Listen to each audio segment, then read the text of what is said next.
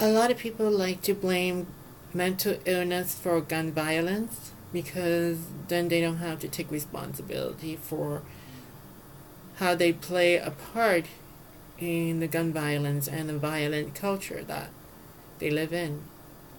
According to actually many study, epidemiological evidence suggests that the vast majority of people with psychiatric disorder do not commit violent act, and only 4% of gun violence in the U.S. can be attributed to people with mental illness. It's true that, according to a study from National Institute of Mental Health catchment area, which I'm going to provide a link at the bottom, suggests that people with schizophrenia and bipolar disorder might be more likely to commit gun violence, but other mental illness such as anxiety disorder or depression probably has nothing to do with gun violence. So it's very important to realize that there are probably many other causes for gun violence, and shifting the blame on people with mentally ill is actually irresponsible. And I think it further stigmatizes people who are already suffering from mental illness.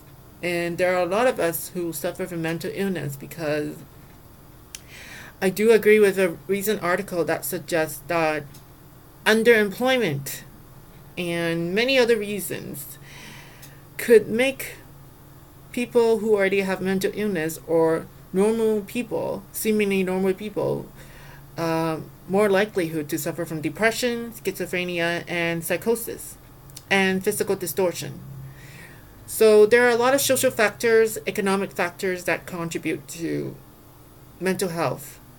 And the bottom line is that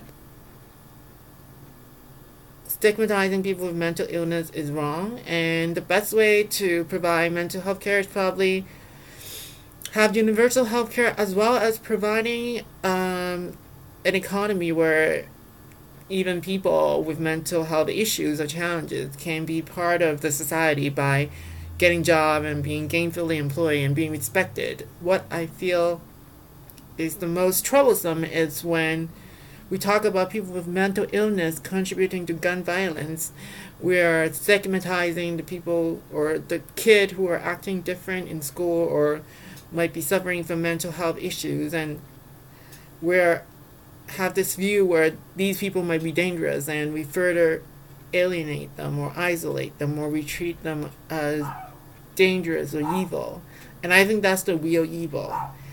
I think we all know that actually a lot of seemingly normal people commit violent acts, and a lot of rhetoric, for example, Sarah Palin's rhetoric against taking back the government, or all these recent rhetoric about the tyranny of the government, and a lot of seemingly normal gun owners who threaten violence if their guns are taken away. Those kind of rhetoric actually contribute to a lot of the violence because it's inciting people who are already feeling like they're being taken advantage of, and you're further intensifying their paranoia or disadvantages and making them more likely to commit violence. So I think those people who speak those rhetoric should be responsible for their words.